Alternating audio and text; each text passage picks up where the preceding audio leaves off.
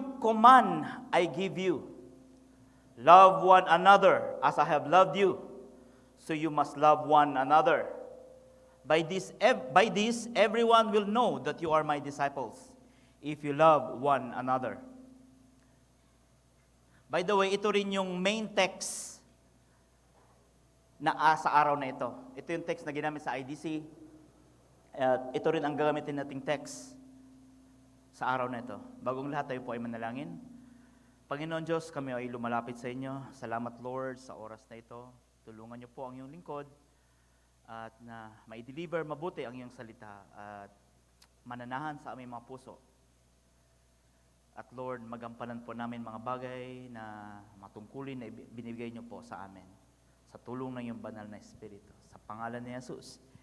Amen and amen. Now, sabi ng asawa ko, sabi niya, Bet, try mo nga mag-preach ng mahinahon. Pwede bang mag-preach kaya hindi ka magsigaw-sigaw? At nung nanonood ako sa IDC, na-admire ko yung mag-preach si Edmund Chan. No? Simple. Sabi ko nga kay Dwight, may upuan ba tayo doon? Sira daw yung upuan. Gusto ko sanang umupo-upo konti at para ba? Now, sinubukan ko kanina sa church, hindi ko kaya. Kalimutan ko, kaya tumayo pa rin ako. So, try ko ngayon na i-share talaga yung salita na walang structure. Nung makita mo yung sa IDC, kung mag-preach sila ko, anong insight doon, may point, pero kung saan-saan mapupunta, pero nandoon pa rin sa context. Sa atin kasi well-structured, no? Pero try natin sa oras na ito.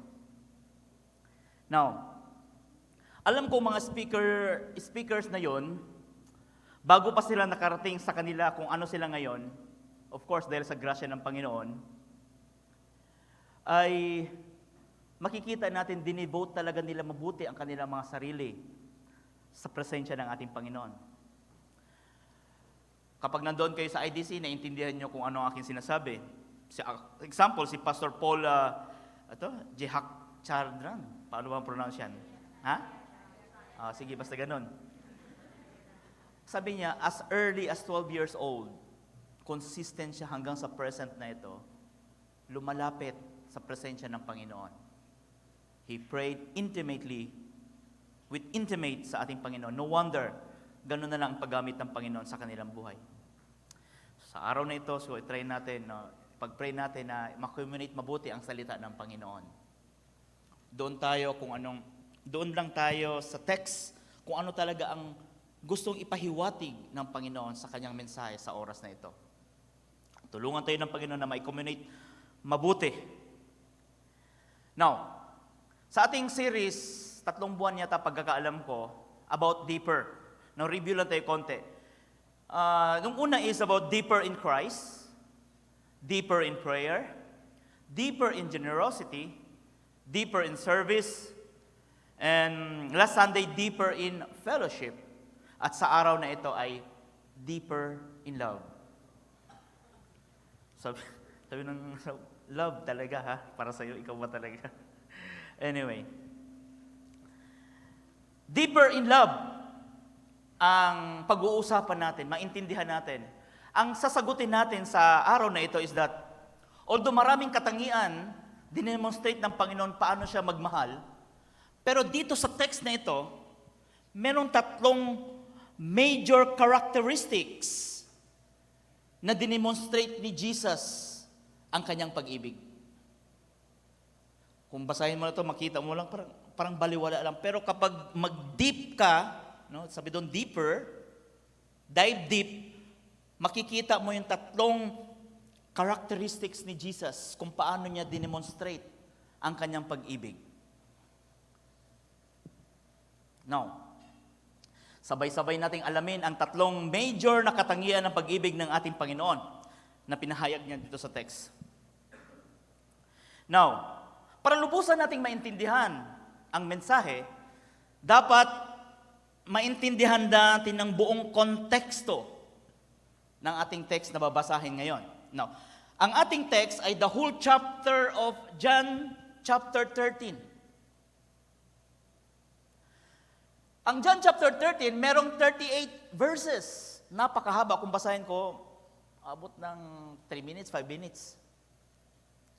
Kaya, i-summarize na lang natin at i-divide natin sa 4 na senaryo para makita natin ang buong picture kung ano ang nalalaman sa John chapter 13. First, verses 1 to 17, Jesus washed His disciples' feet. Ito yung sa upper room, malapit na siyang mamatay, mga ilang oras na lang, ilang araw na lang. I think, kinabukasan, no? Ito yung sa upper room, kung saan sila last supper, kung saan sila magsama-sama kumain. Bago sila kumain, hinugasan ni Jesus ang kanyang mga disipulo. Lahat ng kanyang mga disipulo, 12 disciples, kasama si Judas. Lahat sila, hinugasan ni Jesus ng paa. Second, then Jesus predicts Judas Iscariot's betrayal.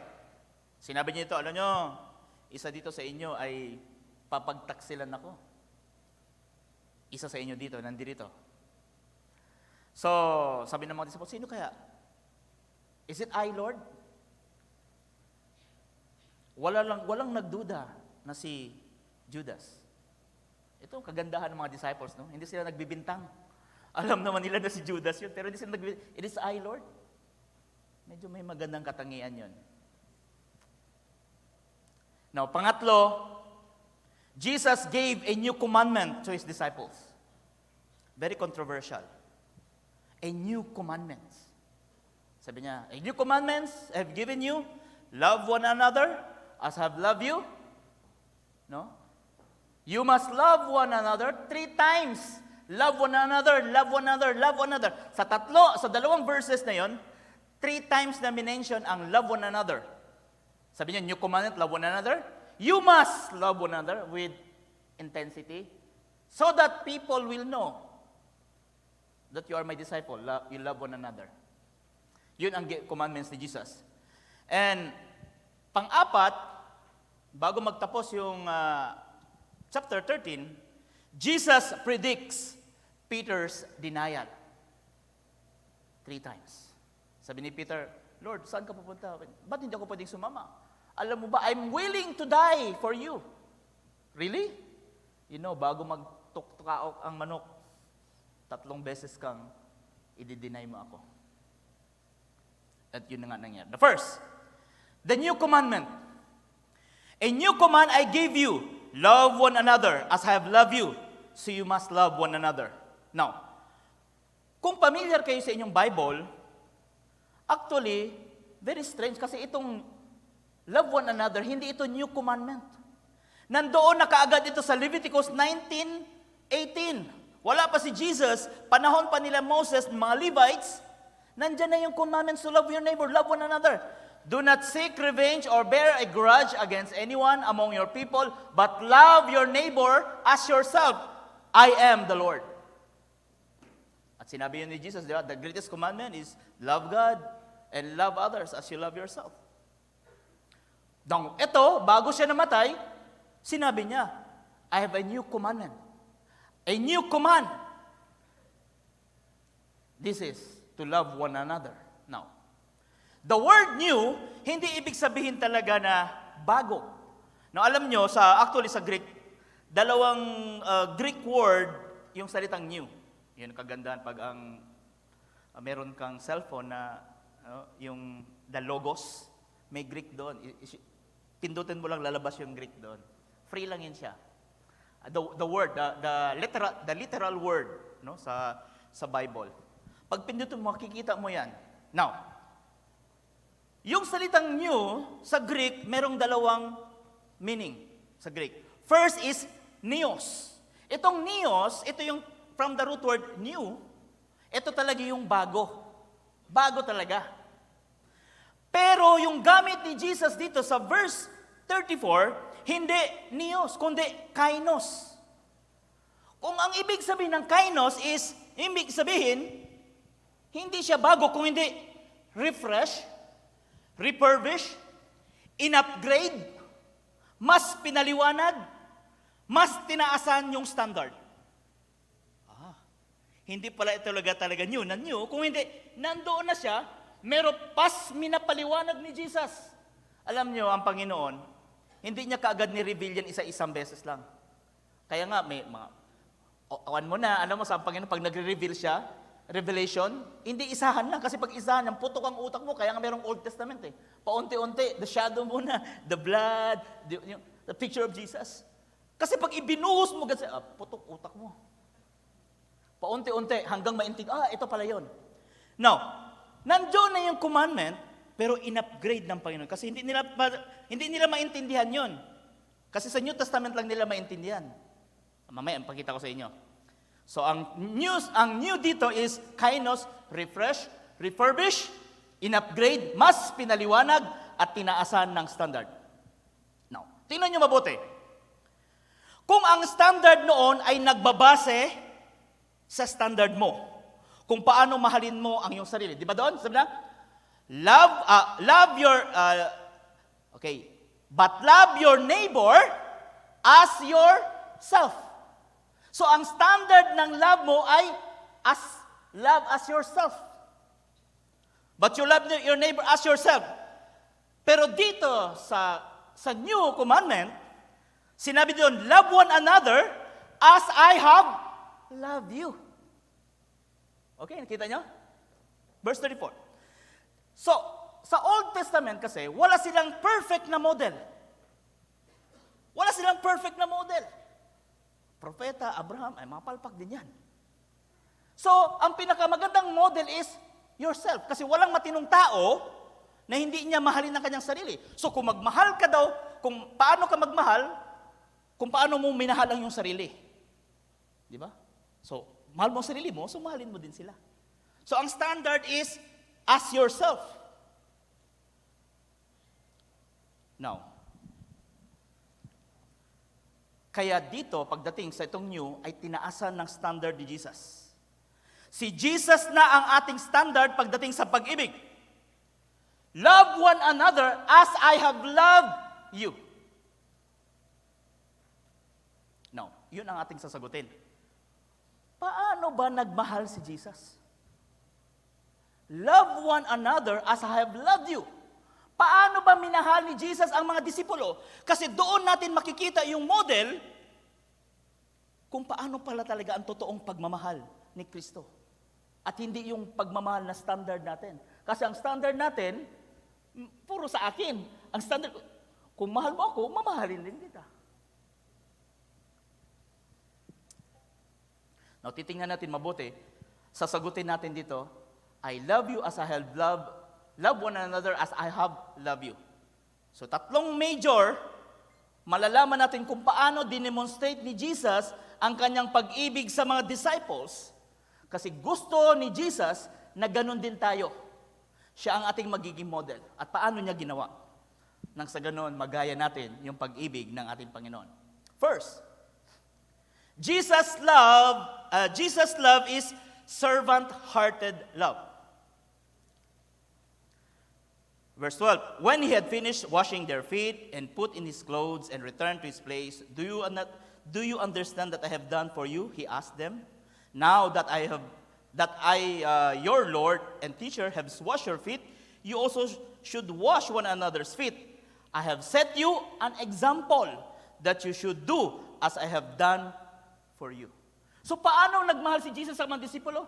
Pinakita niya kung paano niya pinaglingkuran ang kanyang mga apostles. A servant-hearted love. Masyadong mababaw pa sa maglingkod. Ano ba talaga doon? Saan ba talaga yung malalim doon? Kasi deeper in love yan. No, pakita ko sa iyo.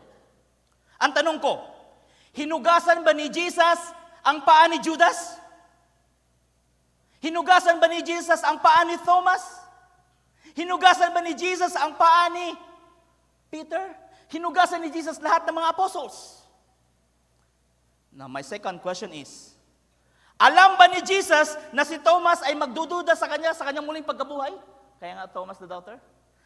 Alam ba ni Jesus na si Peter ay magdi-deny sa kanya not once, not twice, but 3 times? He denied Jesus. Sabi ng Message translation, hindi, tamaan naman ako ng kidlat. Hindi ko kilala ang taong yan. Nakita nila si Jesus. Nakita niya, eyes to eyes sila. Wala nang mas masakit. Na 3 years kayo magsama. Pinakain mo ng libre. Ginamot mo pa ang kanyang mother-in-law sa sakit. 3 times kayo magsama-sama. Tapos ngayon, maliwanag pa sa sikat ng araw, dininay mo siya 3 times. Masakit yun kay Jesus. Alam ba ni Jesus na ang mga disipulo niya nagsitakbuhan nang pinako siya sa cross? Para lang kay John the Beloved?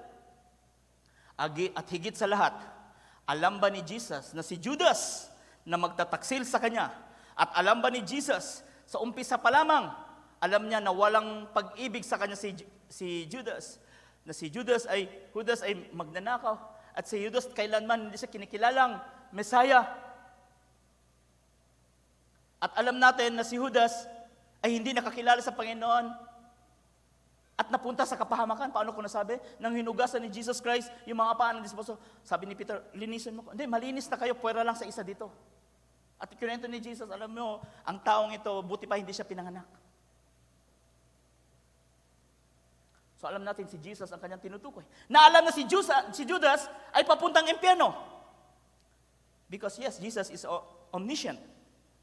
But still, Jesus served His disciples. Yan ang standard ng pag-ibig ng Panginoon. Walang pinipiling pinaglingkuran. Tayo, alam ko na, ito magta-trader sa akin, bakit ko paglilingkuran ito? Alis ka nga. Unbeliever ito, hindi ito. Mapunta rin yung impyerno, hindi kita paglilingkuran. Ito magdududa sa akin. Imagine leader ka, pagdududahan ka. Masakit yun. Itong leader mo, hindi ka talaga, hindi ito leader mo, walang karisma, pinagdududahan na fake ang kanilang pananampalataya. Thomas, pero still, pinaglingkuran siya. Yan ang standard sa paglilingkod ni Jesus. Kasi makikita mo kahit very shallow, pero kung i-dive deep mo, doon mo mapakita, meron talaga siyang pusong a servant heart. Madali lang tayo magsabi na meron akong servant heart. Meron akong gift of slavery. Gift of slavery. Kasi parati lang siyang inuutusan. Siguro meron tong gift of slavery.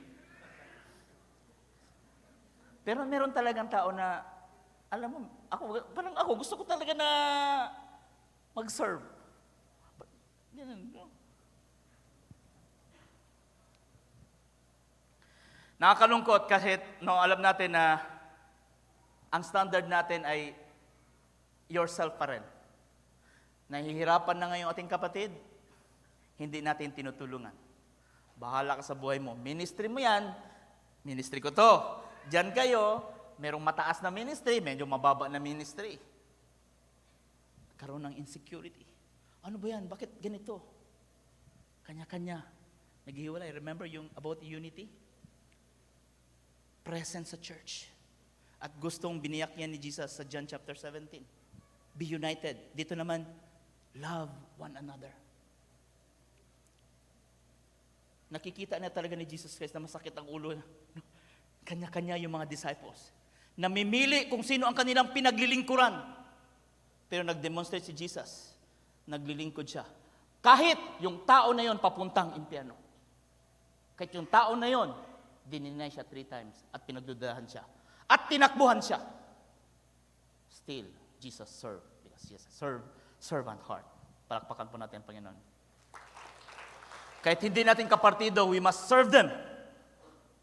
Kung naglilingkod tayo sa labas, mas lalo na paglilingkuran natin ang kapatiran sa church na ito. Tulungan natin. Ano bang problema? Bakit mag-iisang taon na yan, Jegro mo, kayo, dalawa lang pa rin kayo. Magpalit na ang mukha niyong dalawa. Ano ba yan? Tulungan natin. Okay? Kapatid, Jesus said, I have set an example that you should do as I have done for you. Mas mataas ka pa ba kay Jesus? Nagbigay na ako ng example. It is also a sign of humility. He is King of kings and Lords of lords.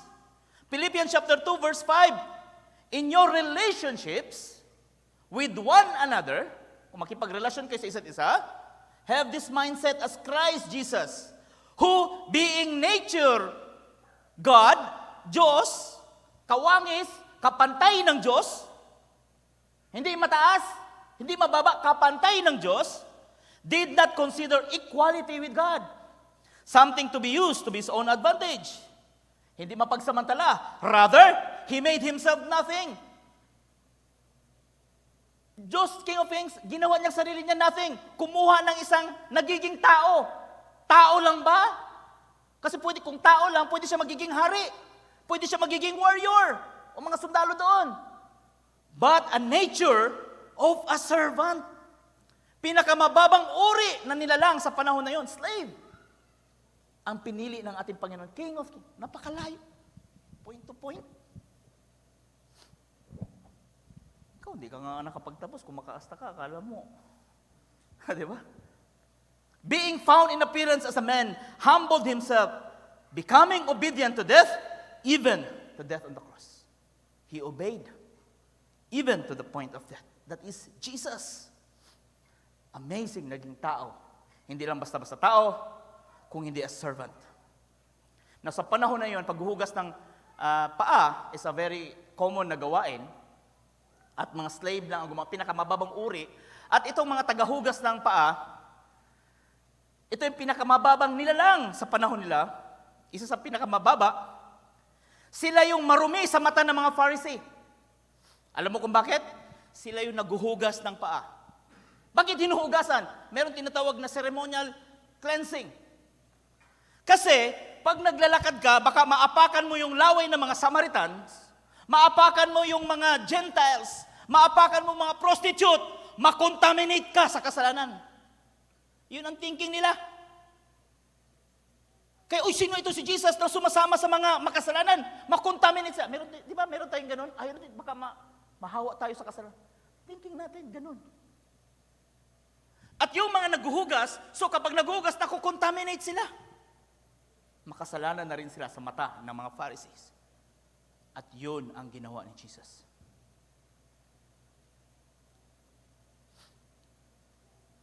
But Jesus, with all humility, He washed the feet of His disciples. Kumusta yung mga lingkod ng Diyos na feeling entitled? Pastor, cum laude ako. Ba't mo ko ipapaturo dyan sa children ministry? ABCD lang yan dyan. Sayang yung pinag-aralan ko. Doon naman ako sa preaching. Nag-aaral ako ng music. Ano to? Music lesson ako. Tapos gagawin mo na akong back-up. Lead singer naman. Wait lang. Promotion comes from the Lord. Pakumbaba muna, kapatid. Bakit? Sino dito nag-umpisa, Pastor Agad? Kami, acetate pa yun dati kami. Alam niyo yung acetate? Acetate yung ginaganon pa namin yun para merong, hindi nyo na nakita yan, kung ano, siguro yung acetate. Meron pa, may kwan pa kami yung, cartolina, Manila paper. Alliance talaga yun. Alive forevermore. Hindi yan mawala.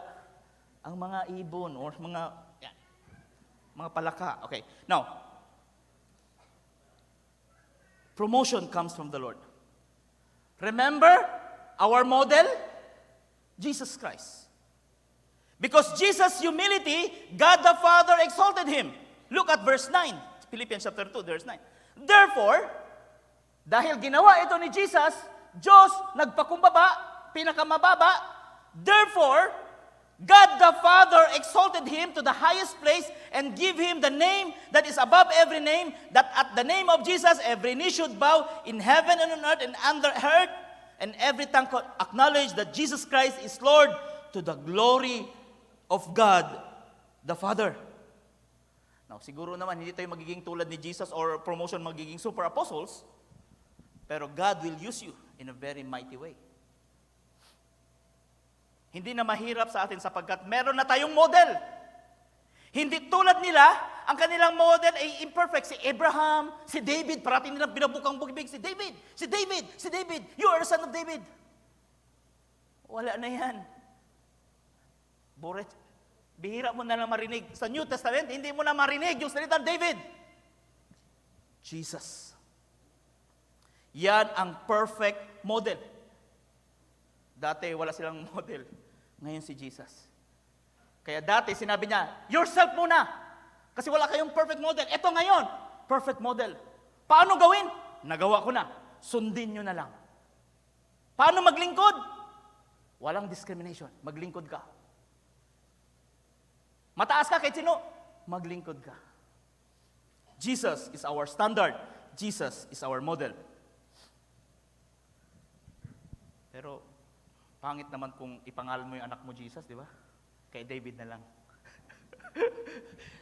Kasi mas mataas masyado. Hindi natin abot. Nakakahiya.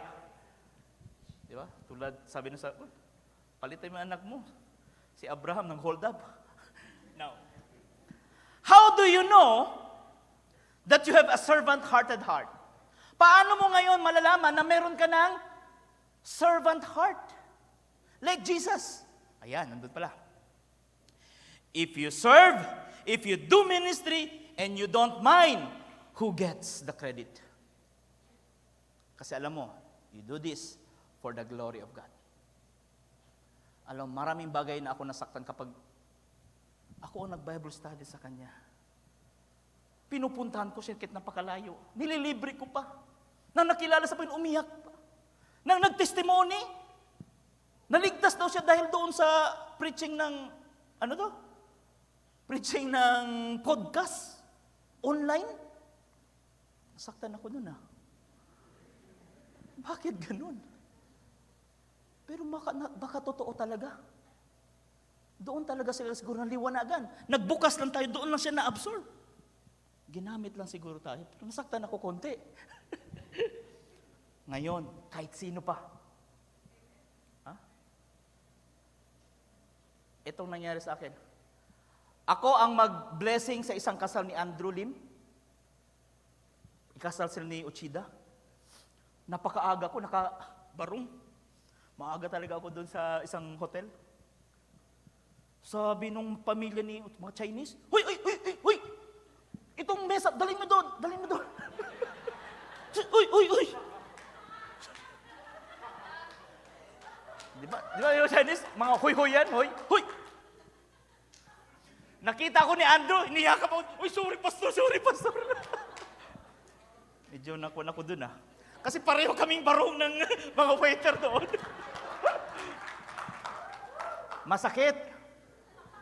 Pero alam mo, malalaman mo servant ka pag they will treat you as their servant. Masakit, pero the standard natin si Jesus. Alam natin that God is not unjust to forget the good things that you have done. Kahit hindi ka mapansin. Pero alam naman natin, gusto natin mabanggit yung pangalan natin. Di ba parang kinikilig ka, to God be the glory. Pero alam mo, kinikilig ka. Mahirap yon. Pero meron tayong standard, Jesus. So malaman mo yan, kapag wala ka ng pakialam. Kung lumago siya, dahil sa Kanya, praise the Lord, dinala mo, pinakilala mo, some watered, some planted, but God who made it grow. Kahit hindi ka mabanggit, hindi ka makilala, hindi ka sinasabi, spiritual father ka or spiritual daughter, di ba? Kasi uso sa atin yan. Mama, papa, lolo, apo, Apo. Sige. Pero okay lang yun Hindi ko sinabi, hindi mas... Pero parang pan ba? Honor kasi, owning mo. Okay lang yan. Ang importante, all glory to the Lord Jesus Christ. Maglingkod ka. Serve like Jesus. Sabi ni Charles Swindoll, a servant-hearted attitude keep us from self-minded attitude. Servants know their job, admit their limitations, and serve with consistency. Consistency. Number 2, dinemonstrate ni Jesus through service. Jesus' love is sacrificial love. Alam na natin yan, gas-gas na yan. Sacrificial love. He died unconditionally. He died for our sins. Pero titingnan talaga niya yung dinemonstrate. Paano niya dinemonstrate? Sabi na doon, when He was gone, Jesus said, now the Son of Man is glorified. The God is glorified in Him. If God is glorified in Him, God will glorify the Son in Himself and will glorify Him at once. My children, I will be with you only a little longer. You will look for me as just I have told you, the Jews. So I tell you now, where I am going, you cannot come. Pero later, sasama kayo. Alam natin dito, pinag-usapan dito na si Jesus ay mamamatay na as atoning sacrifice for our sins. He died in place for us. Ito na yun, to glorify the Son. A sacrifice. Now, sacrificial love because, bakit tinawag na ang kanyang pag-ibig is sacrificial? Because namatay siya hindi dahil sa pamilya niya. Namatay siya hindi dahil mabait ka. Namatay siya hindi dahil karapat-dapat ka makapasok sa langit. Namatay siya, ikaw at ako, na hindi tayo deserving makapasok sa langit. Napakalayo, makasalanan. We fall short from the glory of God. Your sin departed us. No, depart from God. Nagpapadepart sa atin. That caused death. Marumi. Sa isang illustration, yung sin daw ay, hindi kasi naintindihan natin. Kasi God is holy eh. So very opposite. Kung maintindihan na yung holiness, maintindihan mo yung sin. Para daw sa isang illustration na parang naghubad ka sa presensya ng Panginoon. Di ba alam mo, pag nanaginip ka nakahubad, di ba nahihiya ka nga? Kahit panaginip lang yun. Ganon daw ang kasalanan. Naghubad ka sa presensya ng Panginoon. Sacrificial love yun. Kahit hindi ka naka-deserving makapasok sa langit, but still, minahal ka ng Panginoon. Namatay siya para sa'yo.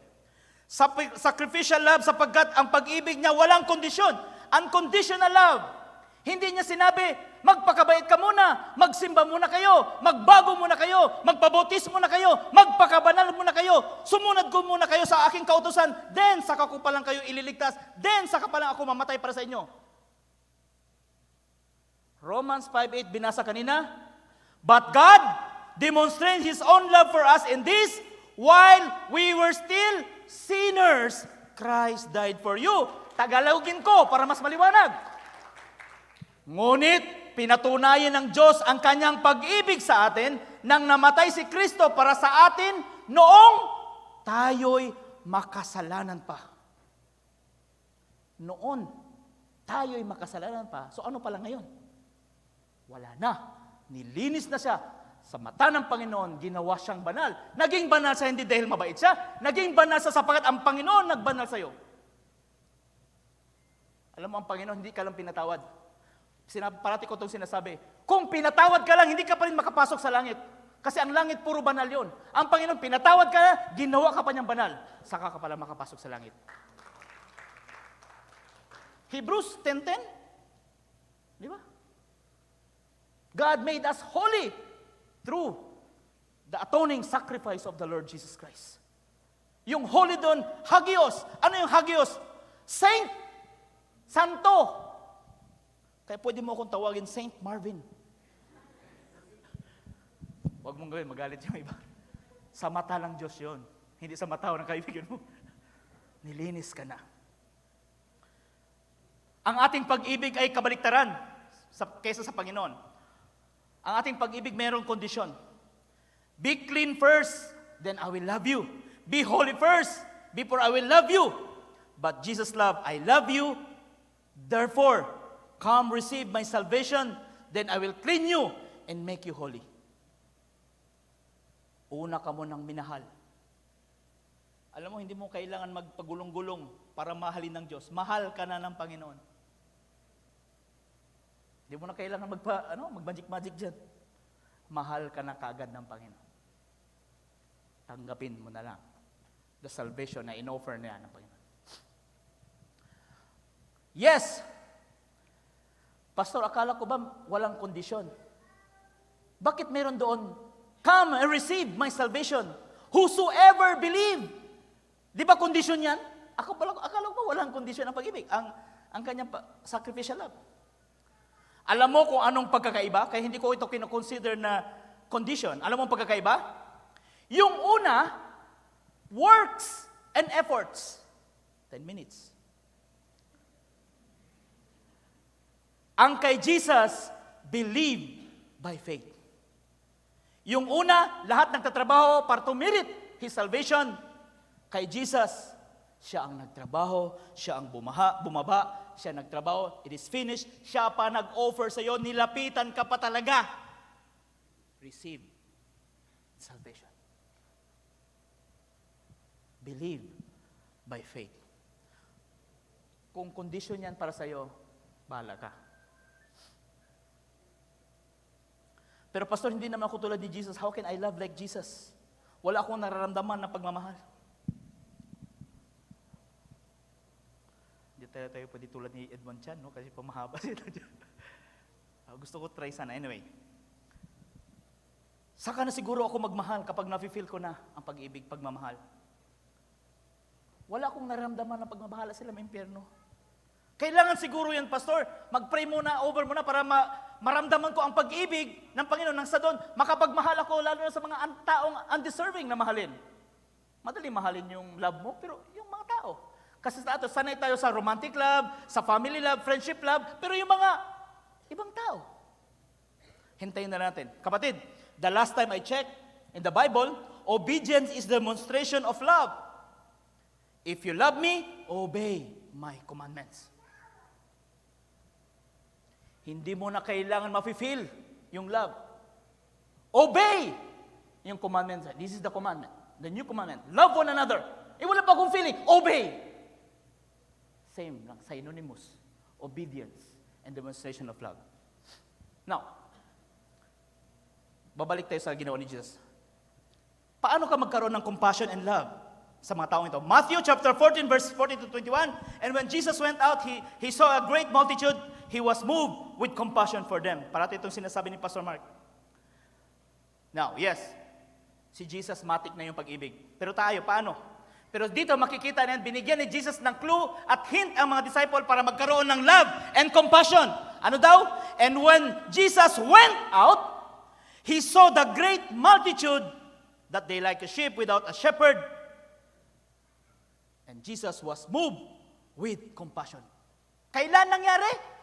When He went out. Paano pa? When He saw the great multitude, a sheep without shepherd, then He was moved by compassion. Hindi ka magkaroon ng love and compassion hanggang hindi ka lumabas at hindi mo ina-apply. No? Mahirap talaga yon. Parang sa training. May mga militar dito. Paano? Ang first month ng training, napakahirap. O first month, o first 2 weeks, napakahirap. Ayaw mo na, gusto mo na mag-quit. Pero kapag naka 3 months ka na, magiging addict ka na, gusto mo na magpasuntok. Sa science, kapag parati kang sumisipa, pag parating nababasag yung buto mo, mas lalo siyang tumitibay. Nag-great ang muscles. Kailangan mo lang lumabas, kailangan mo lang lumabas, and then, makikita mo, parang gusto mo na. Hindi maganda mag-Bible study, napakapagod yan. Pero sa totoo lang, mas napapagod ako pag hindi ako nakapag-Bible study. Parang mahirap. Parang naaburido. Hindi ko yung maintindihan kay Pastor Ronald yan. Sabi niya, aburido ako pag walang Bible study. OA naman ito. Not until na naranasan ko. So umpisa, ayaw ko talagang malayo eh. Tapos wala pang gana, pinakain mo na. Pinuntahan mo, wala pang gana, pag ganun-ganun lang. Obedience to the Lord's command. Pasaway, matigas sa ulo, serve them anyway. Unbeliever, atheist, kulto, love and show compassion anyway by sharing the gospel of the Lord Jesus Christ. And last, Jesus' love is steadfast love. Peter asked, Lord, where are you going? Jesus replied, where I am going, you cannot follow, but you will follow later. Peter asked, Lord, why I can't follow? I will lay down my life for you. Then Jesus answered, you will lay down your life for me? Truly, I say to you, bago magtiktilao ka manok, you deny me 3 times. Now, The love of Jesus is steadfast. Ibig sabihin, steadfast, constant, loyal, committed in the life of Peter. Makikita natin dito na that Peter denied Jesus 3 times. Alam natin yung kwento. Sabi niya, hindi ako pwedeng sumama. Pero sabi ni Peter, Lord, bakit hindi ako pwedeng sumama? I'm willing to die for you. Kapag meron kang membro na ganon, kikiligin ka. Ano, Pastor Mark? Willing talagang mamatay para sa'yo. Ibigay ko lahat sa'yo. Meron akong membro dati ng ganon, yung people. Unang trabaho ko pa sa unang kong sweldo, ibigay ko sa'yo. Inutangan na ako hanggang hindi pa nagbayad. Alam mo yung mga ganon? Sinabi yun ni Peter, ibigay ko ang aking buhay sa iyo, Lord. Sabi ni Jesus, sigurado ka? Bago magdilag mo, you deny me 3 times. Totoo nga ang nangyari. Now, ito, tingnan mo.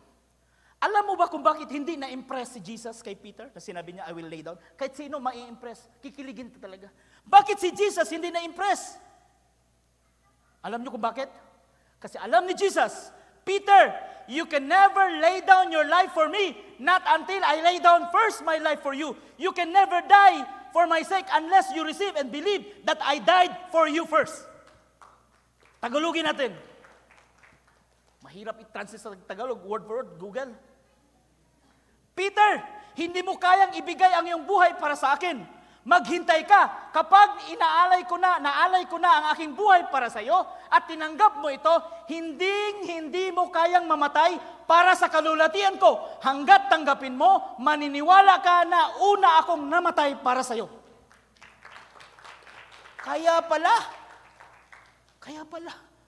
hindi mo kayang ibigay ang buhay mo hanggat hindi una nagbigay ang buhay ang Panginoon sa iyo. Wow, amazing. Alam natin, si Peter na duwag. Nang namatay si Jesus, na backslide. Nang na-resurrect si Jesus, hinanap niya si Peter, ni-restore niya si Peter. Since then, Peter's life has never been the same again. Oral tradition said, Peter became bold and brave. He was martyred for his faith. According to tradition, Apostle Peter was crucified upside down because he felt unworthy to die in the same manner as Jesus Christ. Kaya namatay siya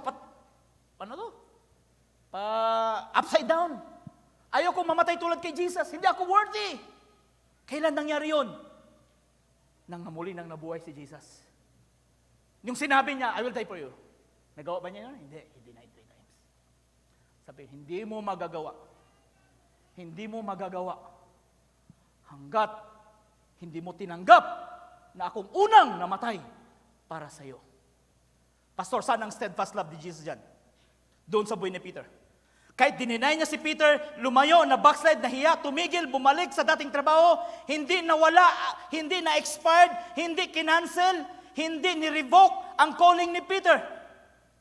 Kung saan si Jesus mismo nagsabi, Peter, come and follow me, I will make you fishers of men. Upon this rock, I will build the church, I will give you the authority, the key.